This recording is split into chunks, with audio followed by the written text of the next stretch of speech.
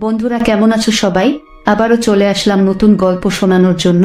দেরি না করে আমার চ্যানেলটি সাবস্ক্রাইব করে বেল আইকনে ক্লিক করে আমার সাথেই থাকো। আজ শোনাতে এসেছি নতুন একটি রোমান্টিক গল্প। তো চলো বন্ধুরা শুরু করি আজকের গল্প। আজকের গল্পের বিষয় হলো কাজের ছেলের সাথে একটি রোমান্টিক ঘটনা। আমি রিদিকা, তোমরা আমাকে চেনো হয়তো এতদিনে। আমি কলকাতার একটি বড় মেডিকেলে ইমার্জেন্সি মেডিকেল অফিসার হিসেবে কর্মরত আছি। আমার বয়স 25 বছর। আমি বিবাহিত, আমার বাচ্চা কাচ্চা নেই। কর্মস্থলে আমাকে মাঝে মাঝে নাইট ডিউটি করতে হয়। সারা রাত কাজ করার পর বাসায় এলে শরীর বেশ টায়ার্ড থাকে। বাসায় কাজকর্ম করতে বেশ অসুবিধা হয় একা একা। এজন্য আমি এবং আমার স্বামী মিলে একটা কাজের ছেলে রেখেছি। কাজের ছেলের নাম গোপাল। ওর বয়স 20 বছর।